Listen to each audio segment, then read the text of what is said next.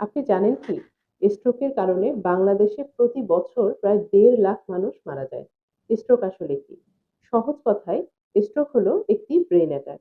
যখন আমাদের মস্তিষ্কের রক্তনালীতে রক্ত চলাচল বন্ধ হয়ে যায় অথবা নালি ফেটে রক্তক্ষরণ হয় তখনই স্ট্রোক হয়।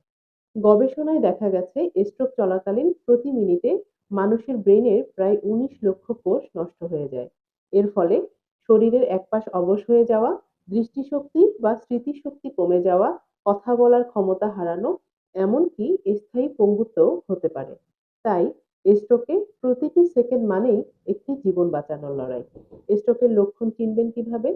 স্ট্রোকের লক্ষণ চেনার সবচেয়ে সহজ বৈজ্ঞানিক পদ্ধতি হলো বি ফার্স্ট শব্দটা মাথায় রাখা। বি অর্থাৎ ব্যালেন্স। হঠাৎ করে শরীরের ভারসাম্য হারিয়ে ফেলা, ঠিকমতো দাঁড়াতে বা হাঁটতে না পারা অথবা মাথা খুব ঘুরতে থাকা, এগুলো স্ট্রোকের লক্ষণ হতে পারে। ই অর্থাৎ আইস। হঠাৎ চোখে ঝাপসা দেখা, ডাবল দেখা অথবা এক চোখে হঠাৎ করে দৃষ্টিশক্তি কমে যাওয়া বা অন্ধকার দেখাতে পারে। এফ অর্থাৎ ফেস। রোগীকে হাসতে বলুন। যদি মুখের একপাশ ঝুলে যায়, বাঁকা হয়ে যায় বা সমানভাবে হাসতে না পারে, তাহলে এটি স্ট্রোকের লক্ষণ হতে পারে। এরপর হলো এ অর্থাৎ আর্ম। রোগীকে ২ হাত একসাথে সামনে তুলতে বলুন। যদি একটি হাত দুর্বল লাগে, অবশ লাগে বা ধীরে ধীরে নিচে নেমে যায়, এটি স্ট্রোকের লক্ষণ হতে পারে। এস অর্থাৎ স্পিচ।